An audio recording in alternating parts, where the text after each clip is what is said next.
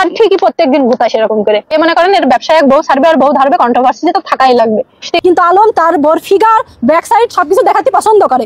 বাংলাদেশের মানুষের রুচি কতটা খারাপ হলে এই ধরনের মানুষের 1.5 মিলিয়ন ফলোয়ার হতে পারে। গত কয়েকদিন ধরে ফেসবুক ব্যবহারই করতে পারছিলাম না। ফেসবুকে ঢুকলেই তার আজাইরা পোস্ট সামনে আসতো। তার অরিজিনাল যত পেজ আছে সব পেজ ব্লক করে দিয়েছি, তার বউয়ের পেজ ব্লক করে দিয়েছি, তার ছেলের পেজ ব্লক করে দিয়েছি, এমনকি তার মেয়ে আর মেয়ের জামাইয়ের যে পেজ আছে সেইটাও ব্লক করে দিয়েছি। তারপরও তার ভিডিও সামনে আসতেছে, হোম পেজের মধ্যে তার ভিডিও আসতেছে, ফর ইউতে তার ভিডিও আসতেছে। কেন আসতেছে? কারণ আমাদের বাংলাদেশে কিছু টুকাই সাংবাদিক আসে যারা 24 ঘন্টা এদের পেছনে লেগে থাকে।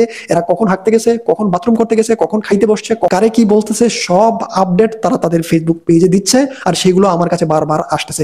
দেখতে চাই না, তারপরও দেখতে হচ্ছে। আমার সবচেয়ে বড় প্রশ্ন হচ্ছে, এই 1.5 মিলিয়ন মানুষ যে তাকে ফলো করছে, এদের রুচি কি এতটাই খারাপ? এই লোকের কাজই হচ্ছে বিয়ে করা আর বউকে নিয়ে ভিডিও করা। প্রথম যে বিয়ে করছে সেই বউকে নিয়ে কয়েক হাজার ভিডিও তৈরি করছে। অডিয়েন্স সেই বউকে দেখতে দেখতে বিরক্ত হয়ে গেছে, বোরিং হয়ে গেছে।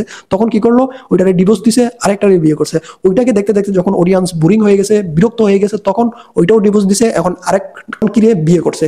এখন এইটাকে দেখতে দেখতে মানুষ এই কয়দিনের মধ্যে একে বিয়ে করছে, কিন্তু বেশি দিন হয় নাই, কক্সবাজার ঘুরতে গিয়ে 1000 ভিডিও বানাইছে।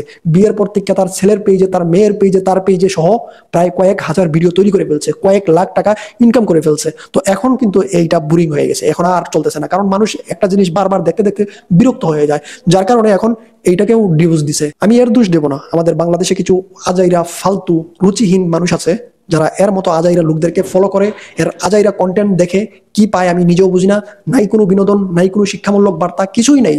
বউ হারতেছে, বউর পিছন দেখে দেখে ভিডিও করতেছে, সেই ভিডিও 10-15 সেকেন্ডের ভিডিও সোশ্যাল মিডিয়া আপলোড করে দিতেছে, ফেসবুকে আপলোড করে দিতেছে। দিন শেষে ওই ভিডিও থেকে লাখ লাখ টাকা ইনকাম হচ্ছে। কি দেখছে মানুষ ওই ভিডিও থেকে, কি শিখছে মানুষ, কি বিনোদন পাইছে ভিডিও দেখা, আমি কিচ্ছু বুঝি না। যার কারণে এই ধরনের যত আজাইরা ব্লগার আছে, এই ধরনের যত আজাইরা কন্টেন্ট ক্রিয়েটর আছে, সবাইকে ব্লক লিস্টে রাখছি। তারপরও এই ধরনের ভিডিও দেখা থেকে মুক্ত হতে পারিনি, কারণ টুকাই সাংবাদিক এদের পেছনে 24 ঘন্টা লেগেই থাকবে। এদের সকল আপডেট 24 ঘন্টা ফেসবুকে দিতেই থাকবে। আপনি দেখতে না চাইলেও এই ধরনের ভিডিও আপনার ফর ইউতে আসবে, আপনার হোম পেজে আসবেই আসবে। কিছু করার নাই, কারণ আমাদের বাংলাদেশের মানুষ বিশাল একটা অংশ এই ধরনের অখাদ্য কুখাদ্য খেতে পছন্দ করে।